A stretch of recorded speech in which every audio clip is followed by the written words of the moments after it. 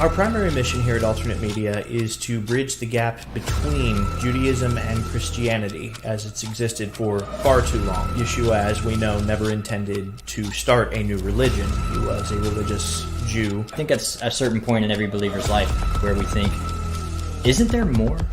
There has definitely been a need within the church. That's something that a lot of Christians are searching for. A lot of Christians know that there is something missing in their faith. What indeed is intended to fill that is Judaic roots of the faith. The New Testament is very clear about bridging the gap between Jew and Gentile, and we're just returning that mission back to the modern day.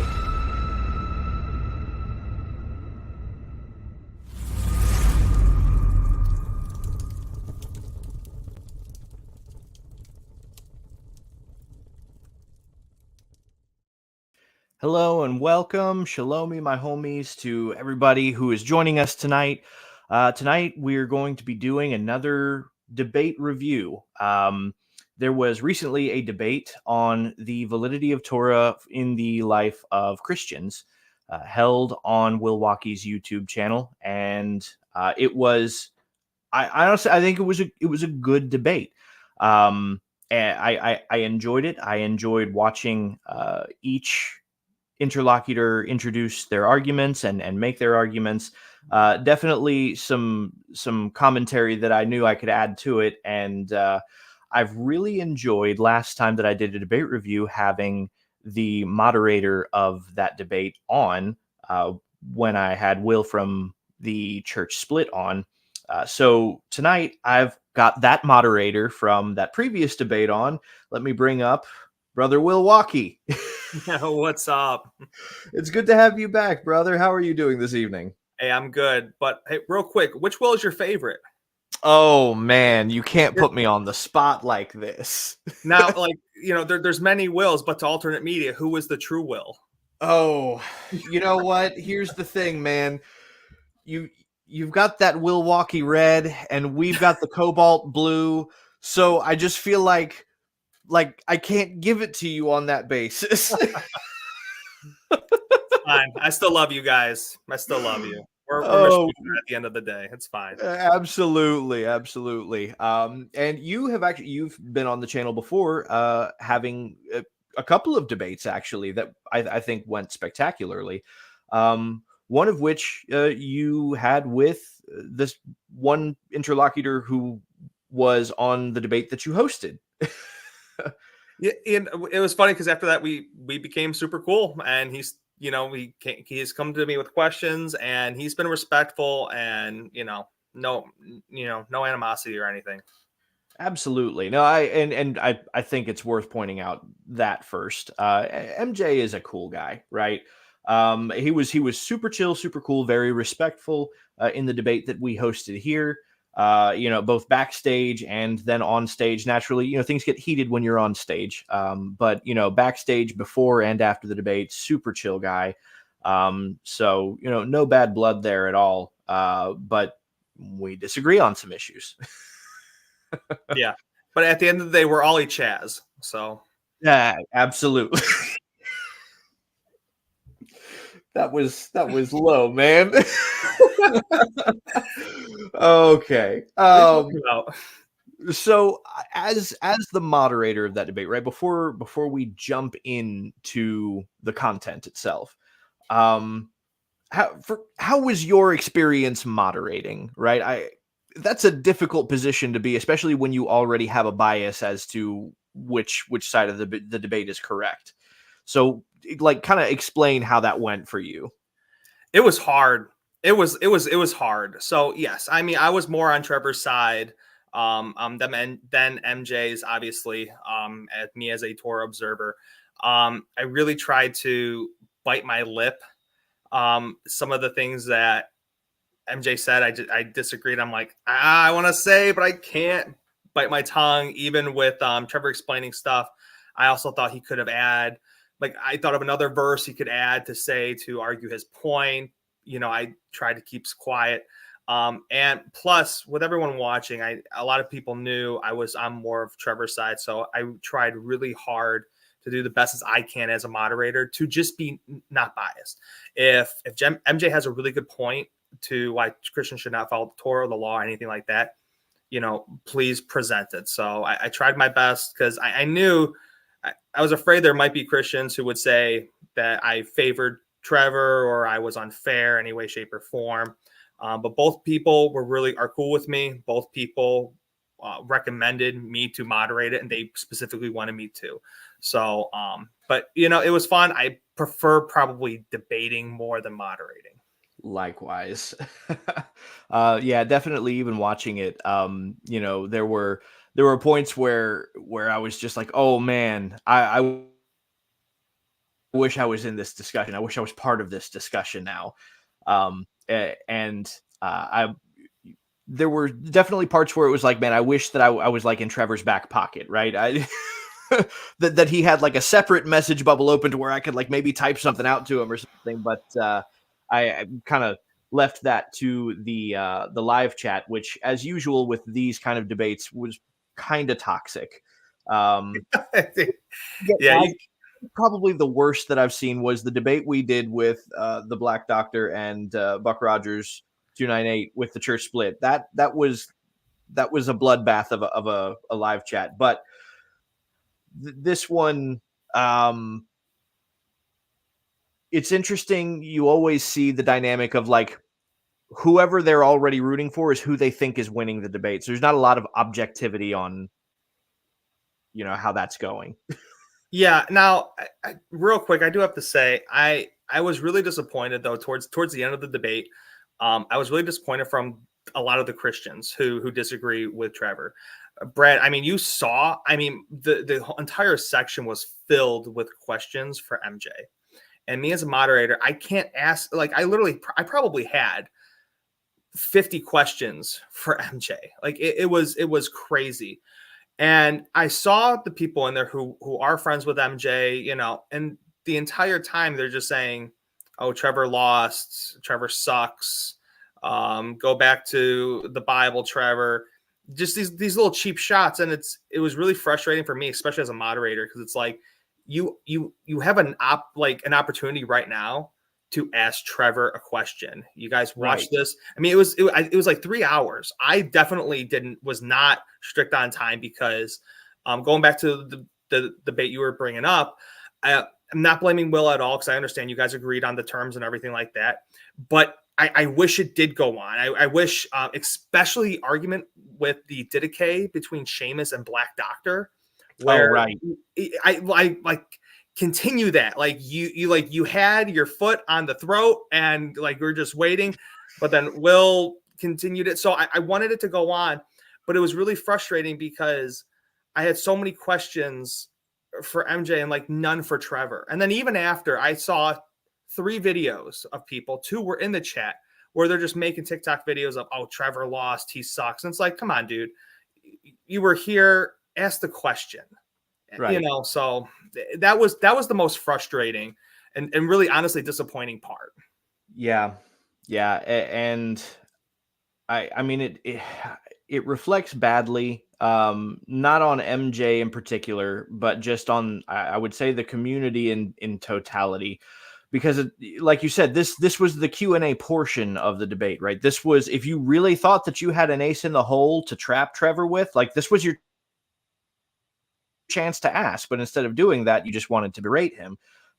Well, first of all, it doesn't look good. It's kind of projecting, which is something we'll get a little bit more in. There was definitely some projecting that went on in this debate, and it's something I hope we can get around to discussing tonight. So without further ado, unless there's anything else you wanted to address real quick before we bring up the video feed. Excuse me, Brad. Aren't we forgetting something? Oh, we are. Brother, who is with you in spirit tonight? Huh? Spirits. I got an amazing crown apple. Something simple. I'm a big whiskey guy. Anything crown or bourbon, that's my thing. I've not tried the crown apple. I've heard nothing but good things about it from everybody that I know who has tried it. I just haven't picked up a bottle yet. but I'll have to put it on my list if that's something you highly recommend. Oh, absolutely. That and vanilla are my favorite. What I'm doing right now is, if you are ever in Savannah, I don't know if you can get it anywhere else, but if you ever happen to be in Savannah, Georgia, or anywhere near it, it is a Savannah bourbon, and this is easily one of my favorite bourbons now. It's a different flavor profile. It's actually almost got a little bit of like fruitiness to it that's just makes it stand apart from other bourbons. I really like it. Little harsh, so maybe let it sit a bit, but definitely a good one. So that's what I will be enjoying tonight.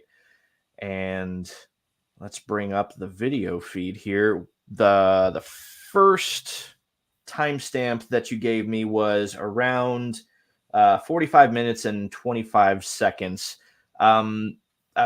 We'll start just a little bit before that because I think context-wise, it kind of helps to gather what's happening at this point. You tell me where you think is a good place to stop. Okay. All right. Trevor, is there anything that you want him to clarify, or are we good to go on to your next question? Absolutely. He's made the claim a few times that the law, it's kind of a library term, as he said, and he keeps relying on this idea or term of a moral law.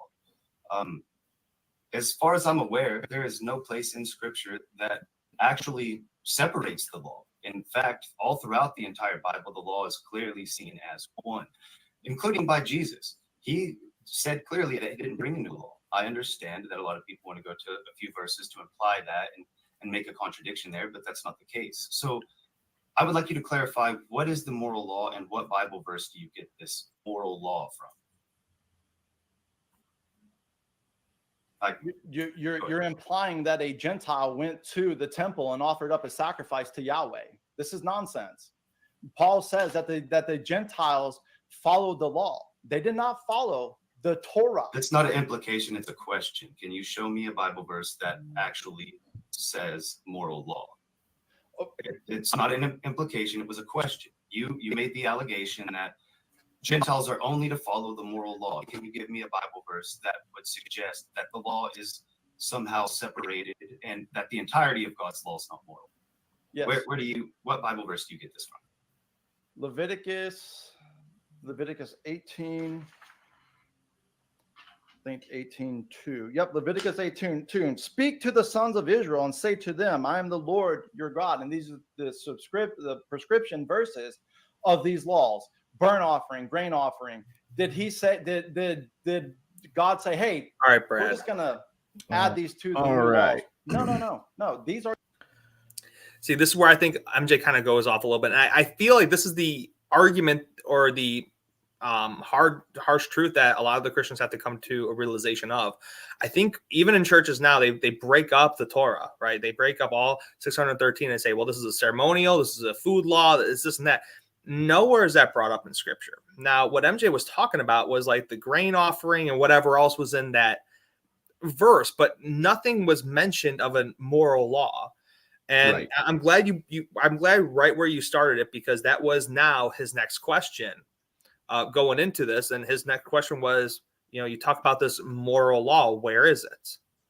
And right. He goes to Leviticus showing the grain offering, like it's still avoiding the question. Right.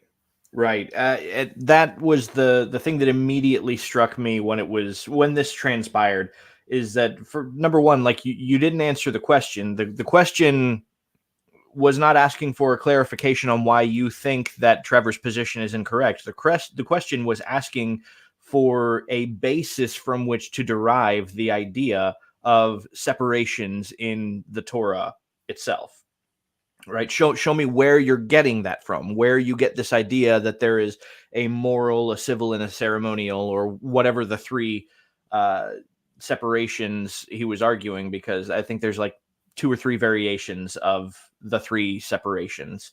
But yeah, so when he answered, well, your implication is that, it's like, well, okay, that's immediately not answering the question. right off the bat. And I understand a few reasons for doing that is because, it's in this format of debate, it's very hard to kind of drop the previous topic so that you can answer the direct question that's being asked, right? Because we're still thinking through the frame of whatever the previous topic of discussion was, and they may actually directly pertain to one another. But ultimately, if you're still arguing the topic of the previous question and you're not actually answering the current question, then you haven't answered the current question. Yeah, it's the whole thing with the moral too that MJ initially brought up. What defines morality?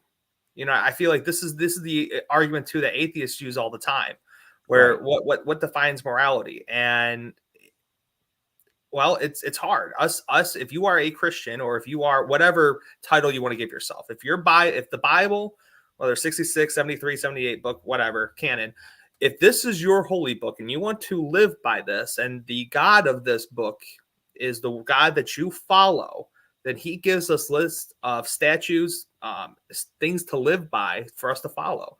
So that book becomes our morality.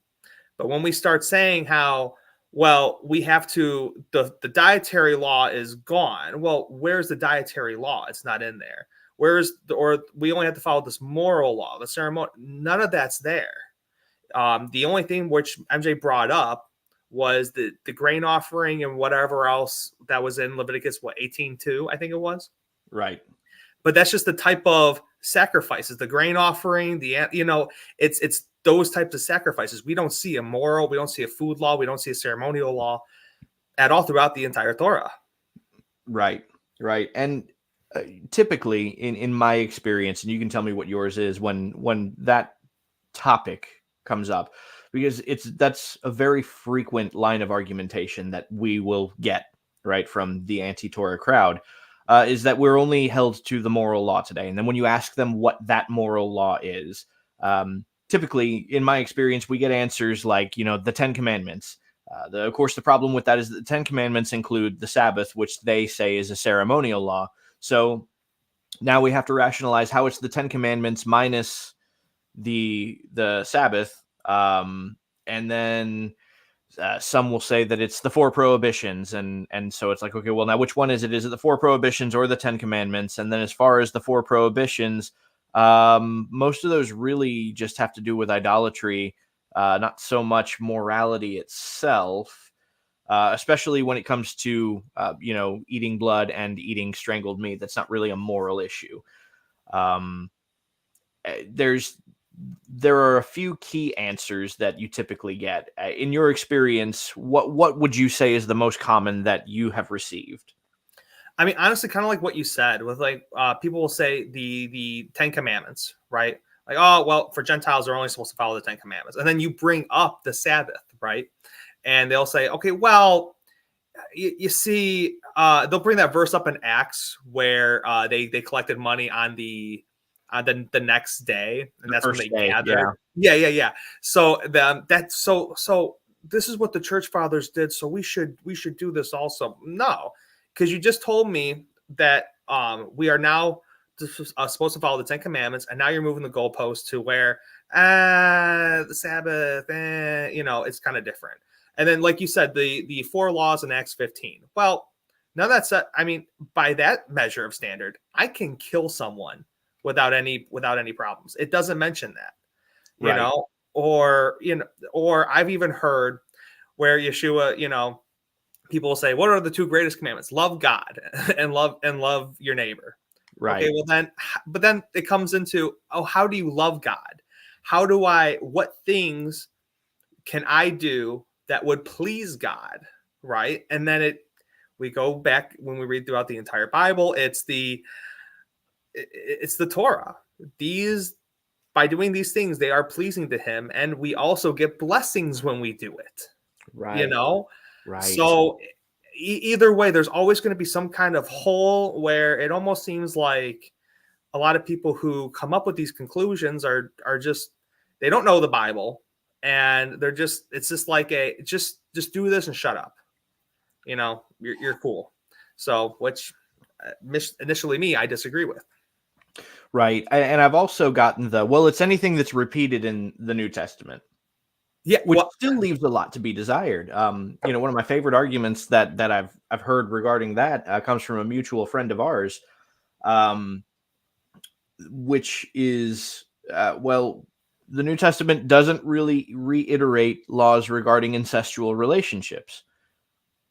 So if it's only what's repeated in the New Testament, then marrying within familial relations should be okay, right? Like you can marry your sister and that would be okay, right? Clearly nobody's going to agree to that, not even the anti-Torah Christian. So now you've got to establish, well, okay, now how is that immoral then? It's not repeated in the New Testament, and you've clearly given a basis for what is in the Old Testament and not repeated in the New Testament being invalid. So like how do you establish that moral standard outside of a biblical argument at that point? Right. And go ahead. Oh, sorry. Yeah, no. And yeah, actually it was so during the chat, there was a question that was constantly being repeated by by someone I know. And she was wanting me to ask MJ towards the end, ask him if we can now have sex with animals.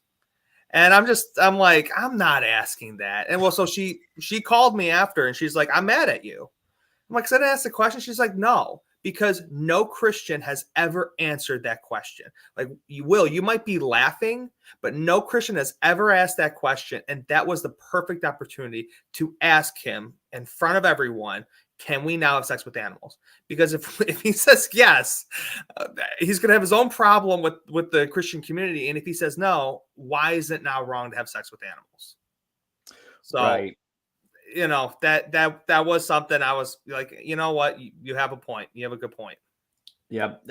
Some arguments, just for the sake of completeness, some arguments that I've heard when bringing stuff like that up is, well, that's covered under the general speaking against sexual immorality that we find in the New Testament, right? We get this big blanket term, sexual immorality, and so that's covered under that. And it's like, well, but is it though, right? Because it is a blanket term, which means that we now have to have a specific definition for it, right? Because if it's really that broad stretching and blanketing, then there could potentially even be circumstances into which this extends into the marriage bed, right? And are people having kosher sex within the confines of their marriage, and that kind of adds more complexity to even the marriage dynamic than I think God ever intended. That's supposed to be a rather simple. I mean, the marriage bed is undefiled, right? So I arguably, as long as it's consensual between married adults, then have at it, but you have to have a clear, specific definition. You can't just have a blanket overarching term that doesn't have clearly defined boundaries as to what it extends to and what it doesn't, because then anybody can make it extend to anything that they want it to, right? And then we have this idea that marriage is only, or sex even within a marriage is only for procreation. It's not really for enjoyment of the married couple. And that if you're doing it for enjoyment, then now you have violated this impetus for or against sexual immorality, right? Because we've made it a blanket term that has no clearly defined boundaries. Or we can just accept that the Torah in Leviticus 18, oddly enough, establishes these specific boundaries for sexual morality as a blanket term. In other words, when we see sexual morality in the New Testament, we immediately have to reference the Torah to know what it's talking about. Yeah, exactly. And Paul references it, constantly. It's, I don't know, man. People, they hear that word and they right away just think of like legalism, and it's,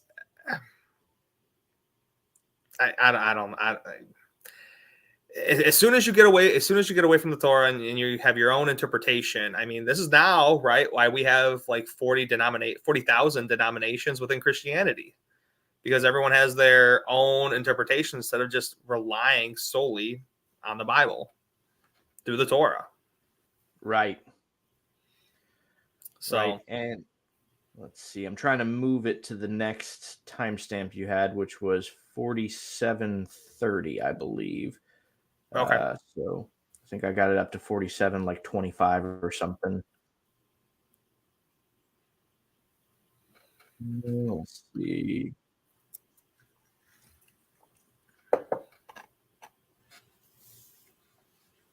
But overall, Oh, okay, I see. We've already played through that. Okay. But Unless yeah, while you're looking for that, it was a good discussion though between MJ and Trevor, because both Acts 15, and then even towards the end after the questions, they wanted to tackle Acts chapter 10, and right. even referring to the quote unquote food law.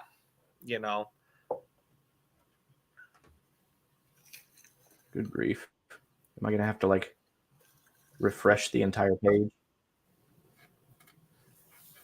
Yeah, hang on. I'm still trying to find You're good. While you're doing that, Brad, I have a question for you. So this is something that MJ brought up in his introduction that I was asked about this many times. MJ brought up there are only 12 Torah laws. I don't know if you weren't there for his introduction, I don't think. So he brought up how there's not actually 613 laws. They're commands. And there's only 12 Torah laws. However, one of my friends did a video. He said there's actually 16 Torah laws. And I'm still kind of in the dark on this. Because at first when he said 12, I'm like, is he talking about the 10 Commandments? But he was like, no, it's 12. And, how interesting that it's only 12, referring to, I don't know, 12 tribes of Israel or 12 disciples, whatever. So super confused by that. Because I even had people message me afterwards and like, what are the 12 Torah laws? Like, I don't remember reading this. Right. And that is probably something that's derived from I'm not entirely sure off the top of my head which commentary, but probably something that's derived from one of the rabbinic commentaries or found somewhere expounded on in the Talmud. But the basic idea, and this is something really we're familiar with, right, is I would say that Yeshua says that there are only 2 Torah laws, right? To love God and love your neighbor. And then you can separate the 10 commandments between those 2, right? The first 5 being love for God and the next 5 being love for your neighbor. And I know many people would actually separate that 4 and 6 because most people would include loving or honoring your father and mother in loving one's neighbor. There's an interesting rabbinic argument as to why that actually directly pertains to loving God rather than loving the neighbor. But it does act as a bridge between the 2, though. And even within those 10, there's more detail, right? So what does it mean not to have any gods before Hashem? What does it mean to remember the Sabbath, right? What does it mean to honor your father and mother? These are topics that are general and very broad stretching, so they themselves would require further detail. And this is where we get the 613 from ultimately. So I'm sure that there are probably a few different arguments that come from probably a number of different rabbis on why there are, the main 12 or the main 16 and 16 may even be like an odd combination of the 10 plus the 6 Noahide laws, and there's like the 7th would be like a crossover between those 2. I'm sure there's any number of ways that it's argued that like those are kind of the basics and then everything else is just further explanation on those. I would also agree with Yeshua that really it can ultimately be boiled down to 2, and then everything else is further detail on that. The way that I've typically explained that, right, is let's say that, when you're a kid and your parents leave the house and dad says that while they're gone that he wants you to clean the house. Well, that's one commandment, right? Clean the house. It's very, very broad stretching, very overarching. But we can separate that into clean the living room, clean the bedrooms, clean the dining room, clean the kitchen, clean the bathrooms, right? So we have 5 that we can get from that. And garage and basement, if you have those, attic, what have you, right? And those are actually still pretty overarching, because when it comes to cleaning the bedrooms, well, okay, so, make sure the floor is clean, make sure the floor is vacuumed, but also wipe down the baseboards, clear the cobwebs that are in the corners between the walls and the ceiling. Like there are a number of specific details that can be added onto those. And then even regarding those, okay, so cleaning the baseboards. So there may be a very specific sponge or rag, and then cleaning chemical that he wants used on the baseboards, right? And this is where we got into much more nitty-gritty particular details of like, okay, this is like, we know Dad well enough to know that this is the specifics of what he wants and how he wants this done. He wants them wiped down from right to left rather than left to right, right? It may be arbitrary details, but this is how Dad likes it, right? That is what I would equate the oral tradition itself to, right? That's where, when you're getting into those really, really specified detail of the how to do these things. But all of that stems from really one singular commandment: clean the house. Right. That's one thing, though, I really wish Trevor questioned him on. Like, what do you mean by this 12? Because he doesn't believe in any type of oral law or any of the Noahide or anything like that. MJ strictly is 66 only. So it would have been good, I think, for Trevor to push on that. Have him explain this from a 66 book canon, no tradition, view. Absolutely. I definitely can agree. I think that that's something that might have been pressed a little bit more. Mm-hmm. Oh, let's see. I'm not sure why it's not just jumping to the point that I want it to, but it's not. In any case, we're at about 47 minutes here. Let me bring this back up and we will there, it'll probably be about where we want it by the time I get the volume up. Prove that a Gentile went to the temple and offered up a sacrifice to Yahweh. They had pagan gods. This is nonsense. Okay. Well, again, that passage doesn't justify anything. My question, again, just to reiterate, my question is, where do you get this separation, this idea of moral law? Can you show me a Bible verse that says moral law? No, I cannot find you a Bible verse that says moral law. Paul says the Gentiles were under the law. This is indisputably talking about the moral law, because you cannot say that they went to the temple and offered up a sacrifice to the Levitical priesthood. Can you pause it real quick? Well, I absolutely. believe that you're accusing me of arguing from silence. Let's see. So I just wanted to just say something real quick. It's interesting because he says there is no verse talking about the oral that says oral law. Like, yes, Trevor, you are right. I submit. However, he's talking about the moral law. That's really hard to point out, that there's no verse on this, yet Paul is talking about it, because now we're presupposing now that Paul is talking about this moral law that doesn't exist. Like, Paul had one of the greatest mentors, right, in history to basically give him shmicha, who he learned under. And, Paul knew the Torah very, very, very well. Very well. So it's, for there to be no such thing as a moral law that MJ just said, but he's talking about it. Right. How? I think it's worth noting here too, considering the argument that he just made. Okay. He essentially just tried to disqualify the idea that the totality of Torah was applicable to Gentiles at this point, because they were pagans, right? So clearly the religious customs of Torah law were not given to the Gentiles. So it must be the moral law that Paul is talking about that is applicable to them. The problem I find with that argument is that it still runs up against the exact same problem. The Gentile nations were also never given the what he would even call the moral law. If you were to get a concise description of what he thinks the moral law is as defined by the Bible, there was never a point where God gives that to any Gentile nation either, right? So we have the same problem.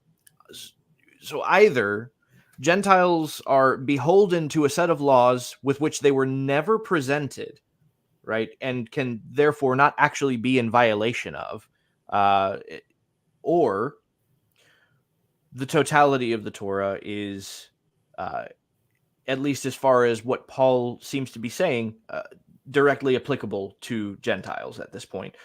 I would maybe clarify Gentiles who are trying to be part of that covenant, right? And that was, I noticed a sticking point throughout the entire debate is that it seems that MJ wasn't really getting that God never made a covenant with any Gentile nation. And he would acknowledge that throughout the debate, but I don't think he understands the implications of that, okay?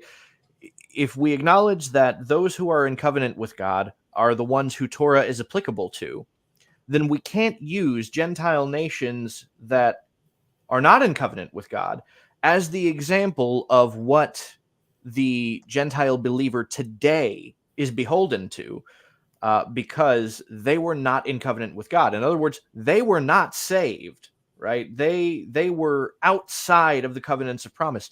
So to now be brought into the covenants of promise directly indicates that the laws that are directly tied to that covenant of promise are now applicable to you. So it's like you can't have your cake and eat it too. You can't say, well, yeah, I mean, Gentiles aren't beholden to the Torah because the Torah was never given to them. Well, sure, yeah, it wasn't, because they weren't in covenant with God. So are you saying that Christians are not in covenant with God? Is that the argument that you're making? I would at least accept it if that were the argument that he was making, because that's at least consistent. But now you have to explain how salvation works if Christians are not in covenant with God. Right. Yeah. Yeah. So, if you want to pull that up, you can, if you want to play a little bit more, I think. Absolutely.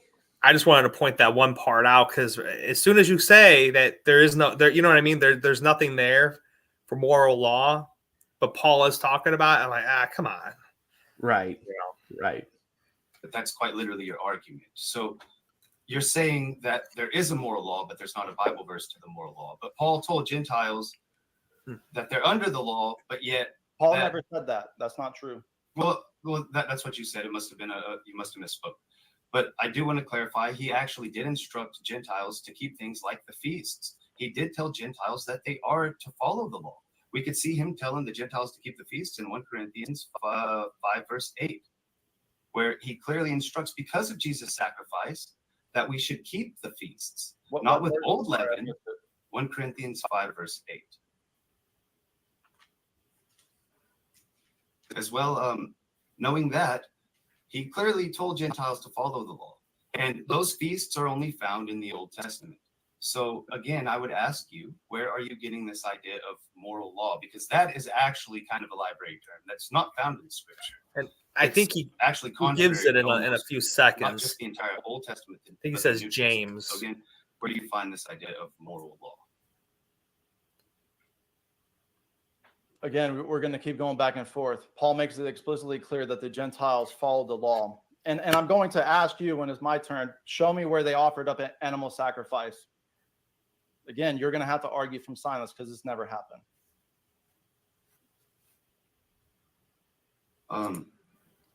So I guess we're not going to come to a conclusion. You're right. Paul does actually, as I stated, tell Gentiles to keep the feasts and follow the law on multiple occasions. There's no implication whatsoever of a separation of God's law. God's law, all throughout the Old Testament and New, is defined as one. Jesus clearly said that he doesn't bring a new commandment. We also see John clearly reiterate the same thing, that there's not a new commandment, that it's an old commandment that you've had from the beginning. This idea of the moral law is quite literally an argument from silence. So if we can, let's try to try to keep things in the context that we could prove with scripture, it's harder to fight against opinion versus something that we can actually prove. I think the James The Torah says explicitly how to offer up an animal sacrifice. Yep, I think the James reference you're talking about actually was later in the discussion. I think it was actually when they were referring to Acts chapter 10. Let me. You're right. You're right. Point. Yep. Let's see. That's at 2:10:45. Yeah, that was a very, very interesting part of the discussion there. Acts chapter 10. That was. Before you jump there, I did want to say with MJ though, without having a rebuttal though to Trevor, he just says we're just gonna disagree.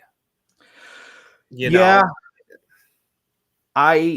Personally, if Trevor was, I would say, a lot nicer than maybe I would have been at that point. I would have definitely, as soon as he said, well, we're just not going to agree on that, I would say, okay, so are you conceding the point then? Right? Because I'm asking for evidence of this thing that you say is real and you are not able to give it. So, like, you have to concede the point at that point, you know? And it's not, I understand the being nice and it's something I personally try and do myself. But being nice doesn't mean that you can't at least press to like say, okay, you probably need to concede this point then. And that's something I think would have definitely worked a lot in Trevor's benefit. And I honestly, I still think he came away from the situation presenting better because he kind of just brushed that off very okay, look, it's clear we're not going to come to an agreement on this. We probably should just stick to this point then to things that we actually can prove from scripture. So you know what, let me amend what I said. He actually assumed the concession. Yeah. And that's not a bad way to approach that, actually. Having thought through it now, no, I think I like that better. Just to assume the concession, concede the argument for them, since at this point, it didn't seem like the argument was going to be conceded, even if you were to press them on it. And that probably would have led to more circular discussion. So I you know what? Props, Trevor. But yeah, I definitely think when it comes to that topic, especially when they were talking around what Paul said, what Paul is telling Gentiles to do, Trevor made an excellent point there, bringing up that Paul commands them to keep the feasts. But yes. I would maybe have actually brought to bear that Paul more than instructs them to keep the feasts, but he actually instructs them in things that are not even Torah law, right? So when Paul gives instruction on head coverings and suggests that married women need to have head coverings, like that's actually not in the written Torah. So Paul isn't just instructing these Gentile congregations in the written Torah alone, but he's actually giving them more traditionally Jewish oral Torah at this point and saying, hey, these are things that apply to you also. Even if you don't necessarily agree with the oral Torah position, that's a heck of a position for an anti-Torah Christian to try and combat at that point. Yeah. Let's see. Yeah, we're at 2:10:36, so it's a little before your timestamp. You break the law. Well, that's not breaking a law. There's a difference between. Do not eat anything that's unclean, and you eat it. This is violation of the Torah law. Okay, so eat. Oh, okay. Well, the language here is much different. So let's go to Acts 10. A lot of people, like this gentleman, will try and make the accusation that Acts 10 is giving Gentiles the free reign to just go eat pork or really whatever they want to eat. So the number one issue is that's just taking out all of the context from the scripture, what it's about, and what the end result is, and just propagating we can eat food when it was actually never about food. This is a parable and a vision. And Peter clearly was thinking of what this vision was about, and God showed him. If we look at Acts 10, verse 1, we see that it starts over about a Gentile named Cornelius. Now, the Jewish people believed that it would make one unclean to bring in a Gentile from another nation into their house to eat with them, or vice versa. And Cornelius, who was a just and upright man, sent some men to Peter.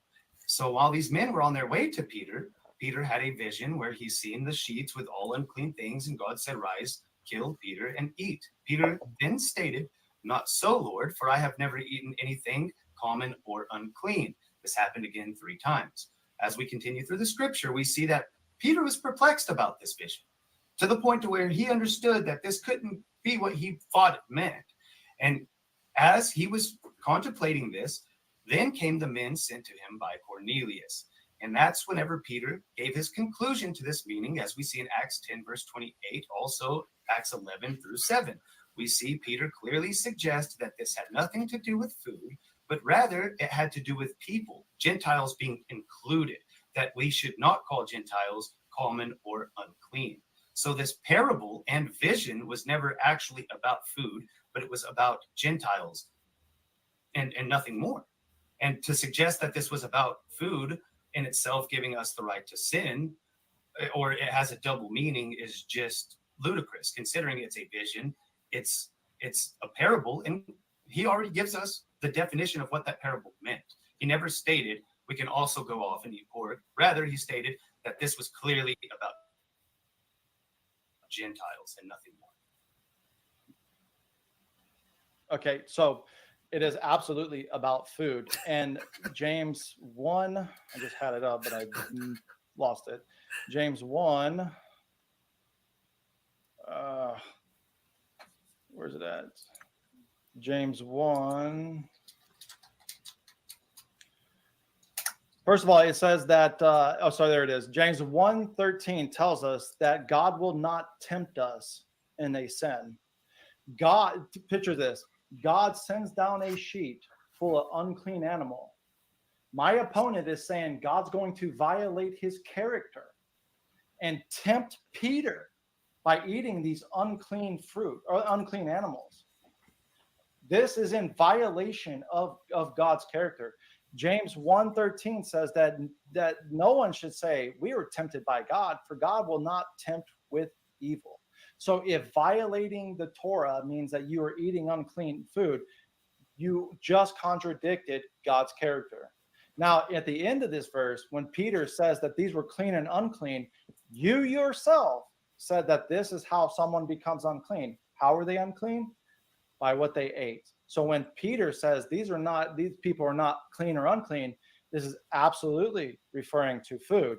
Or God tempted Peter in violation of God's character. And I'm going to go with God did not tempt him in evil way to violate the Torah. And this is explicitly about food, because when did we ever get God say, kill this Gentile and eat it? The context is explicitly clear. It is food. Do you have your Bible in front of you, friend? Can you read from Acts 10:28 for the audience? Acts 10:28. Because you just made it seem like this is my opinion or my interpretation. No, sir. It's written scripture. Let's go to Acts 10:28. And he said to them, you yourself know unlawful it is for a man who is a Jew to associate with a foreigner or visit him. Yet God has shown me I should not call men unholy or unclean. How were they uncommon or unclean? So Peter clearly defines that vision was about Gentiles and God. Okay. Hold on just a second. Hold on, because you were making it seem like it was my conclusion. It is your opinion. That's Peter. It's not Trevor. Peter clearly said in the context of this vision, if you go just a little before that even, he clearly says in the context of this vision what that vision meant. And that vision was a parable for Gentiles. And no, actually, all right, I'm going to stop it there real quick. This was oh man, I didn't have the video feed up, did I? No, you did not. It's okay. Dang. All we needed was the audio. Good grief. I am so sorry, everybody. You just sat there and watched me and Will like just stare at a screen. I don't want to interrupt. Okay, You know, I'll definitely so bring the video feed up next time. Yep, I saw you. Okay, I see where you messaged me. Okay, so I'm gonna. Yeah, I was making sure that I had the right point on the YouTube video, so I didn't see that message.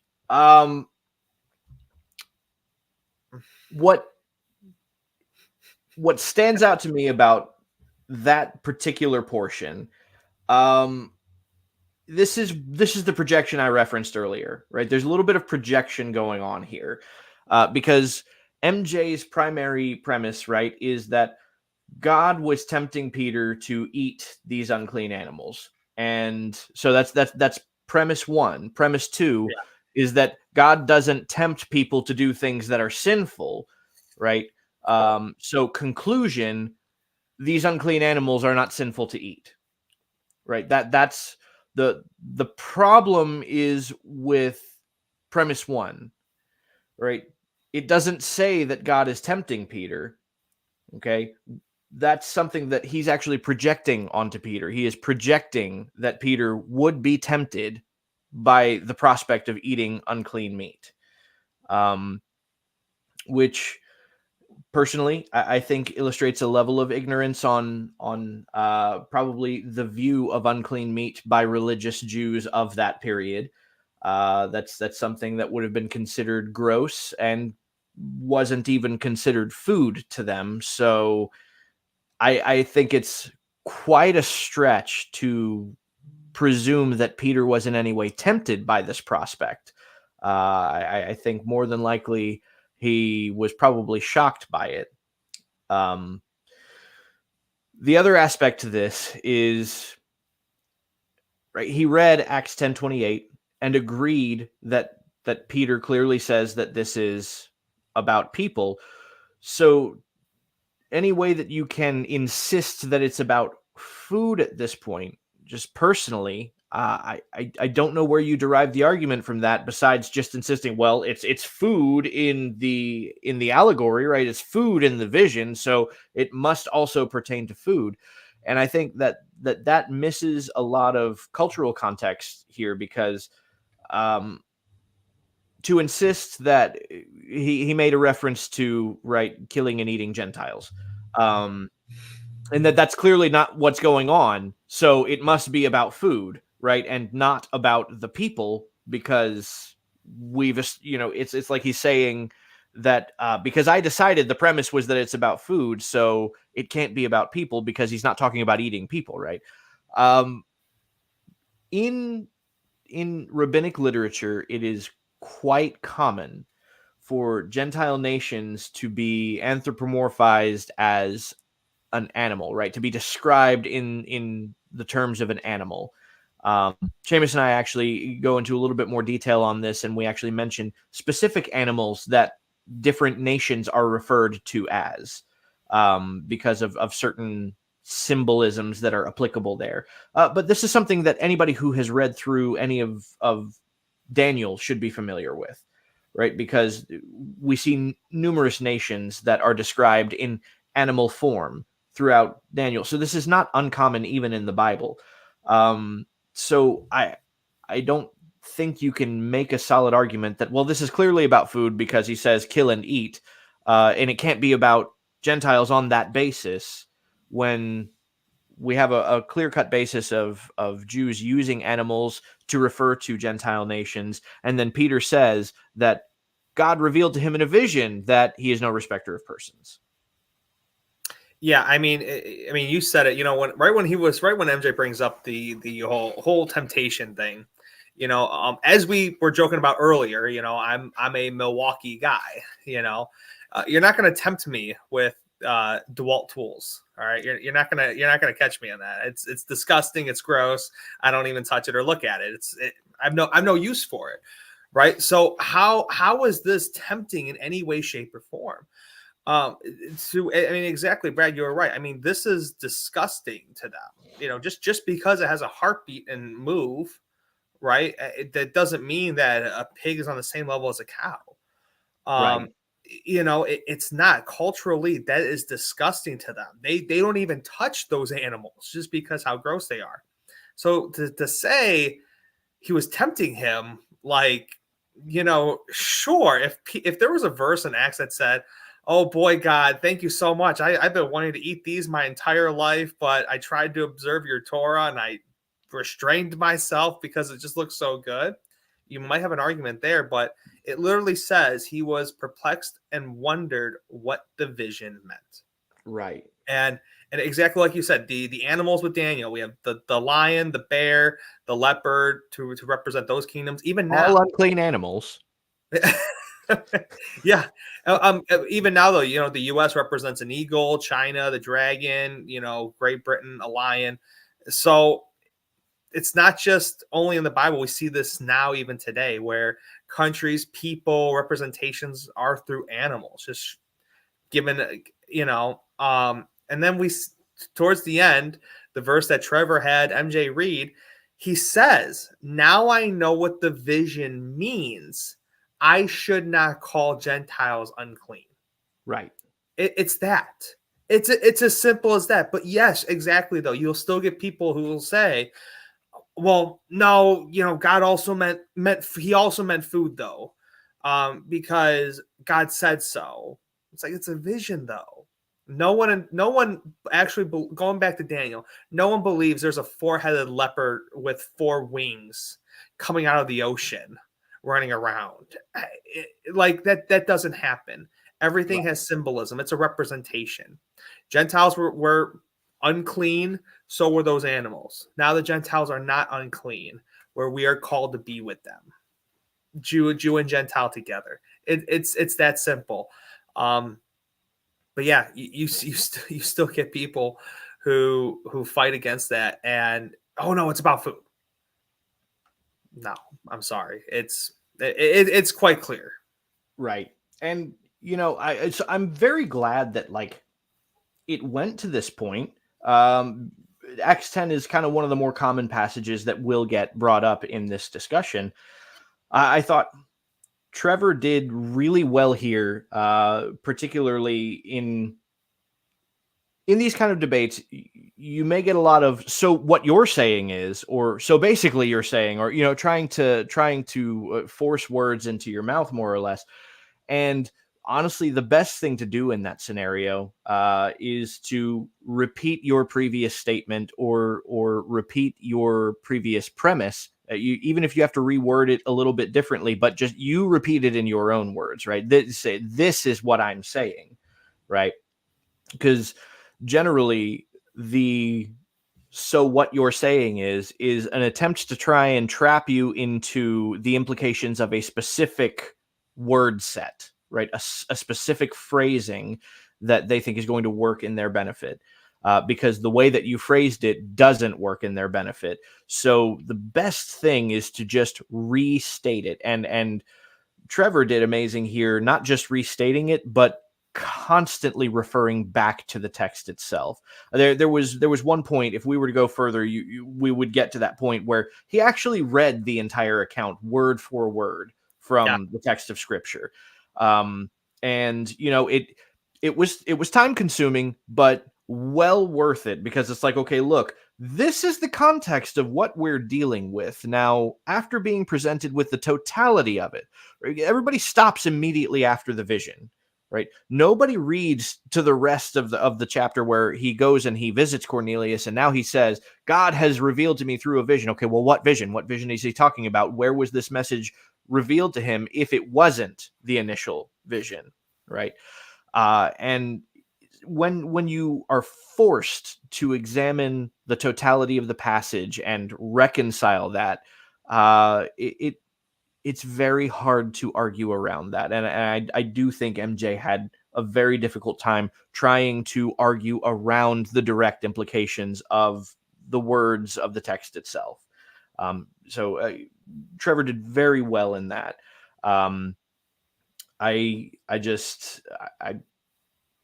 I'm just not sure how it can be rationalized or insisted upon that it has to be about food. Peter especially. There's a few things I like to point out about this whole narrative, right? The number one is that Peter literally told God no. Like, think about that, and think about like the brass pair that you would have to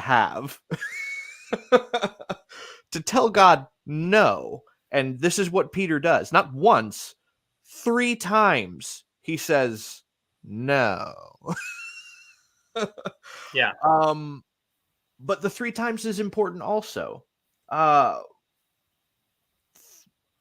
If we go back to Peter's instruction under Yeshua, there's a few things that we gather about Peter. One of them is that he was actually a little bit thick. Um, he struggled to grasp certain lessons immediately. And one example that stands out is when he, right there, just prior to the ascension, when he and Yeshua are talking, and Yeshua says, "Peter, do you love me?" Right? We have the 3 times there again, right? It took 3 times before Peter got it and went, "Oh, this is what you're asking." Yep. And then if we think about the totality of Yeshua's ministry and the time that Peter spent there, Yeshua uses food as an allegory all the time. All the time, and he's not actually talking about food. So this is God reaching out to Peter in what should be familiar terms, and again having to do this 3 times before Peter gets it. There's debate about when that light bulb moment happens, but it's certainly not immediately after he has this vision. Mm-hmm. Yeah. So yeah, it's the Acts 10. I think is probably one of my favorite to discuss, because I remember being on the other side and thinking that this was like, the nail in the coffin on kosher law. Yeah. It is kind of funny though, because it's like, is this the sacrifice? Is this what Yeshua's sacrifice means to you, that we can eat ham sandwiches? Like all seriousness, is this, we can eat whatever we want? Is it something better, right? What's better, eating whatever we want, or like bringing Gentiles, bringing other people on board of the ark to be in covenant with the Messiah? Like honestly,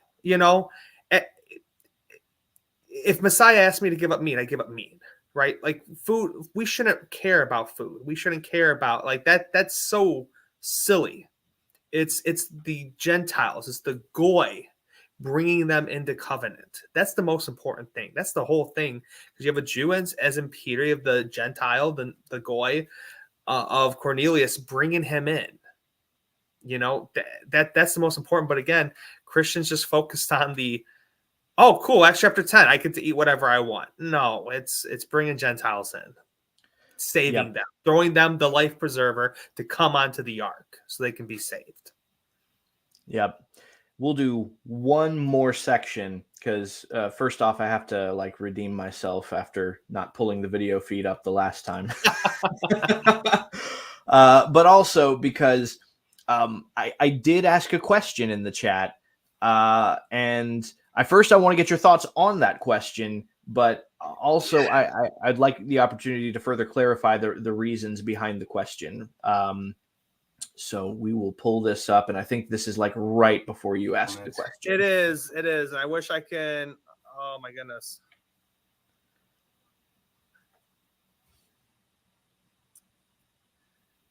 Here, I'm going to ask you a question while I'm still, I know I'm trying to go back and forth.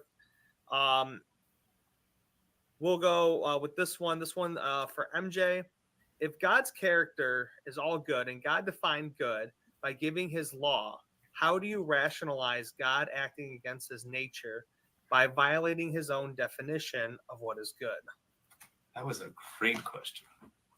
God didn't violate his character. He knew that we could not fulfill the law. Therefore, he sent his son. I mean, we all 3 of us agree that Jesus is the Messiah. So Jesus had to die for us. Therefore, you are perfect, sinless in the Messiah. All right. Thoughts on that, Will? So was this, I can't remember, was that kind of pertaining to the the temptation that he was bringing up? How if God is good, why would he be tempting with the law?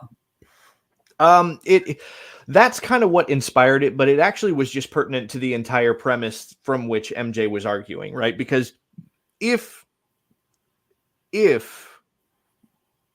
well, I asked it in the question, but like, if we have a basis from which to derive that Torah is what God defines as good, right?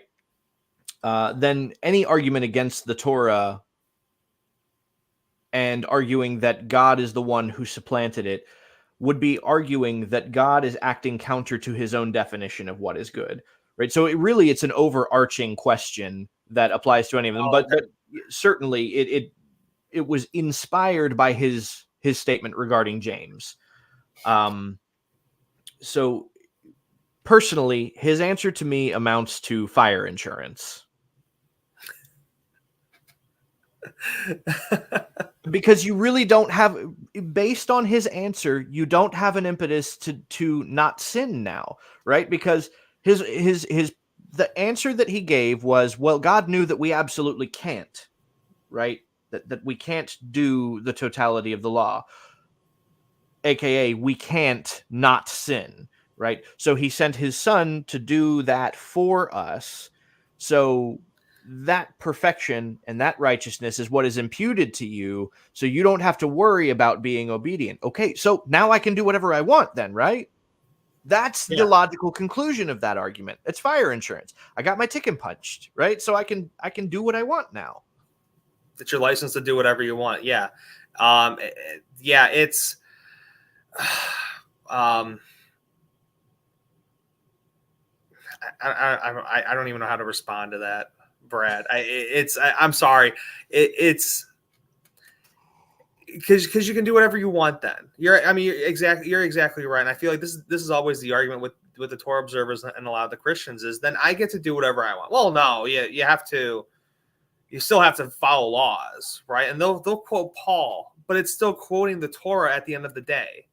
So then it goes back to, well, then what laws? How do we define laws? Is it the moral, food laws, whatever? Well, none of that's there. As MJS said, it's the entire Torah. So even kind of going back to what I said in the very beginning, if you consider this your holy book, you're going to follow every law as best as you can to the best of your ability. That's it. It's either you follow the whole law or you just pick and choose. And if we're picking and choosing, we're not taking our Father's instructions. We're doing whatever we want to do, what we think is suitable. And the last time someone thought what they were doing was suitable, Adam and Eve, everything got screwed up. Right. I think one argument generally that I hear against the claim of fire insurance, right, license to sin, is that, well, no, because, if you're not doing the right things, then it's not that you become unsaved. It's just evidence that you never were saved, right? Mm-hmm. Because you're behaving in an unregenerate way. And so what I love about that position is it still makes salvation contingent on your works. It's just whether or not it's like prescriptive or reactive, right? The idea of works-based salvation as Christians generally present it is prescriptive, right? In other words, you're not saved if you don't do these things. Whereas Christians actually still believe in a works-based salvation. It's just a reactive rather than a prescriptive works-based. In other words, they believe you aren't saved if you don't do these things, right? In other words, your lack of doing these things is evidence of a lack of salvation, right? Right. Because they believe that doing good deeds, right, being obedient should be a reaction to being regenerated. In which case it's like, okay, so then you're agreeing with our position then that doing what is right, doing what is righteous, what God has called righteous, doing the works of Torah should be the reaction to receiving salvation, because that's exactly what our position is, right? It's not that you have to do this to be saved. It's that if you are saved, you will do these things. Yes. Yeah. I mean, that's one thing I tell Christians like all the time, because they'll, as soon as I enter a room or any kind of discussion, it's, I have to introduce myself. I'm Will. I am a Torah observer. Oh, so you rely on your own works. Well, Isaiah says that you have filthy rags, but apparently you don't think so, and you think what you can do. No. And I say, I don't follow the law for salvation. I follow the law because of salvation. Yes. The law was given to the Israelites after they got out, right? It was faith, and then the law was given, right? It was the acceptance, and then the law was given. And even in Ephesians chapter 4, verse 22 to 24, talks about how when you come into this, you are a renewed person. You are brand new. So if we are a new person, I'm not going to be doing things that I once did. Like if I'm a raging alcoholic and I'm violent towards my family members or anything like that, when I come to Yeshua, I have to make some choices now, because if I'm going to be following him, like truly following him, if I truly love him, I'm going to be doing things differently to show the love, to show how I have changed. Yes. And without that, it's, if I say I love my wife and put my hands on her, do I? No, I don't. If I can't have that self-control, I truly don't love her at the end of the day. Right.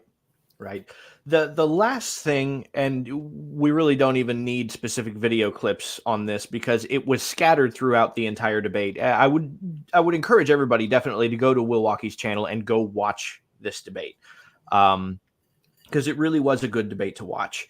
But one thing that kept getting repeated, and I'd love to get your thoughts on this, was the accusation of supersessionism, right? That Torah observers are supersessionists. Now, let me first state there are some schools of thought in Torah observance that are legitimately supersessionists, but I mean by the actual definition of the word. What Trevor outlined and what I think you and I both agree on is not supersessionism. It's inclusionism, which is not the same thing. but yeah, tell us what you think about that accusation. I was shocked. I'm like, replacement theology? Like, you're I'm a moderator. I'm keeping silent, but I'm just like shocked that you are going to say this. There's going to be some small pools of Torah observance. There's the fringe. But Torah observers believe that they are grafted into Israel, and then there is the Jews, and just as like the two rods coming together. Zechariah chapter 8 verse 23, we're out of the nations, go to the Jew and say, come, we know that God is with you, let's go worship on Mount Zion. Like, we are grafted into Israel, so Judah's our big brother per se. Right. When I heard that, I couldn't do it because I'm trying to remain neutral. I really wanted Trevor to say, Will, please bring up the exact definition of replacement theology. Right. I wanted him to do it. Thinking back, maybe I probably could have. So like, hey guys, do you want me to bring it up? But I really tried to stay out of it. Unless someone asked me to do something, pull up a Bible verse or, whatever. Because just as you did with the video, I can pull up a quick little split screen and, ask Rabbi Google what something is, or if there's a specific dictionary that they want me to pull from, I could do that. So I try to stay out of it. I probably could have and should have pulled up the exact definition of replacement theology. I was shocked. I was shocked because people who really hold to that are Christians. They're like, the Jews, that they've abandoned Jesus long ago, so now we're God's chosen people, the church. Right. I one of the other things I think that I find fascinating about that, because I understand part of MJ's position theologically would include what is called unconditional eternal security. In other words, once saved, always saved, which makes this idea of fire insurance like it's like an even harder argument to try and make, which is why they rely on the whole, well, if you're not acting regenerated, then you weren't saved in the first place, right? Because unconditional eternal security means that I can do whatever I want and I'm still saved, you know. But that would require a fundamental change in God himself, right? Because if now that he's chosen Christians and Christians can't become unsaved, we have to rationalize how God chose Israel, and now it's not Israel. You know, like, so unconditional eternal security actually is a legitimately supersessionist position. But I just struggled to understand how, like, we're not saying that God replaced the Jewish people as his people. We're saying that God is including Gentiles who yoke themselves to Israel, in particular, like Gentiles who desire to serve the God of Israel and live among that community, you know, as a people, that those Gentiles are grafted into that community. Where's the replacement there? There's no replacement there. Yeah, and I mean, he's still making videos talking about it and still, you know, accusing of replacement theology. It's like one of those things where it's like, you know, MJ's not a dummy. He has a master's degree. You know, if it was a random dude on TikTok with, you know, I don't know, maybe if someone was like no theological degree and he was like some dumb plumber somewhere saying these crazy things, you can maybe cut him some slack. But like, definitions are important. If we're going to accuse someone of something, we shouldn't have a pretty good idea what the definition that we are accusing them of, along with the where are they getting this from, if you know what I mean. Yeah, absolutely. Well, anything else you want to say about how the debate went? Other than that, I think we're at a good point to kind of close out. You know, so there is one thing. I don't know if Trevor or MJ will watch this or whatever. I do want to say both did good, though. I definitely let the reins go. I kind of wanted everything to be said. No holdbacks. I would suggest if I can critique, excuse me, if I could, I think if Trevor worked on his questions better, it looked a little scattered. You'd be a little more direct with questions. And with MJ, work on your intro. It did seem like it was little not prepared. Like almost bullet pointed, and he kind of did off the cuff. And he kind of went off in little directions. He wasn't like straight to the point. Other than that, though, I have a lot of respect and love towards MJ and Trevor. I thought they did good. Absolutely.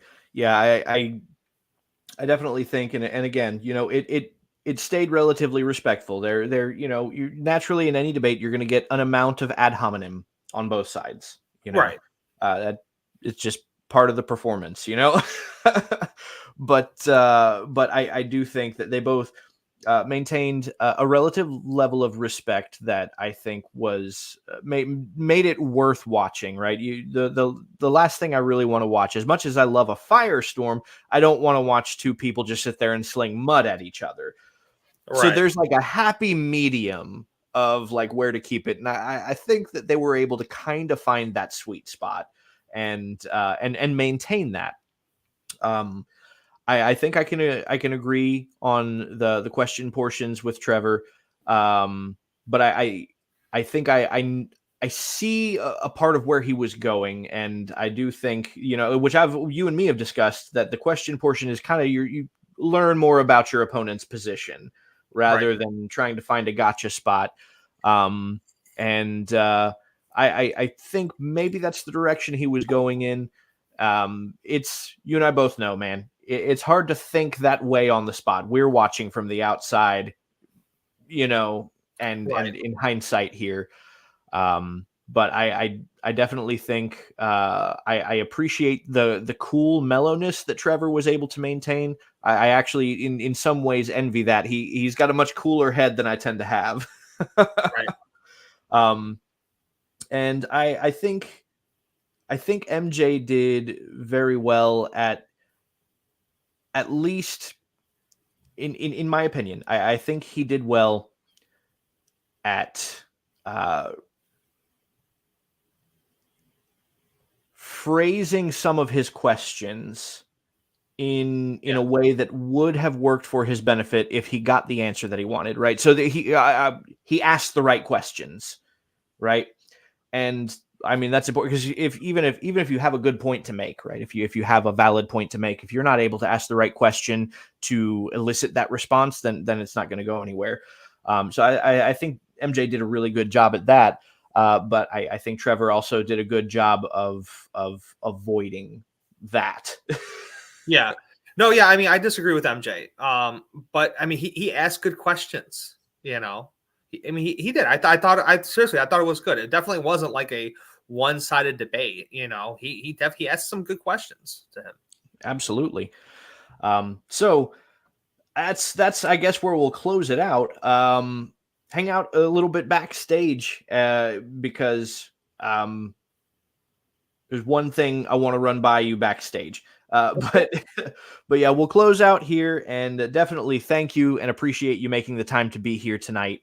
I've been wanting to do a review of this, and I may do another a more in-depth long-term review that goes in multiple parts where we just go over the concise, like a whole debate's worth. That'll be 4 or 5 parts because it is a 3-hour debate. It's long but good. If people who are serious about looking at it, should Christians observe it or not? That's why I wanted people to really come in here with an open mind. Sure, if you're we're gonna get biased people, but just come in, be quiet, just listen, hear what the other person has to say. Absolutely. So again, Will, thank you. Definitely hope to have you back on the channel again sometime, either as a co-host or to debate again. Maybe one of these days I'll debate on your channel. Maybe. But other than that, everyone else, thank you for being here to watch. And let us know in the comments what you think. Definitely go and watch that debate. It really was a good debate to watch. I think anybody who hasn't seen it, you'll definitely get something out of it one way or another, no matter which side of the aisle you fall on. That being said, I hope that this video has been helpful for those who at least did watch the debate. I understand it can be confusing if you didn't watch the debate to kind of know where we were going, but hope it's been helpful. Hope it's been enlightening. Will, my man, l'chaim. L'chaim.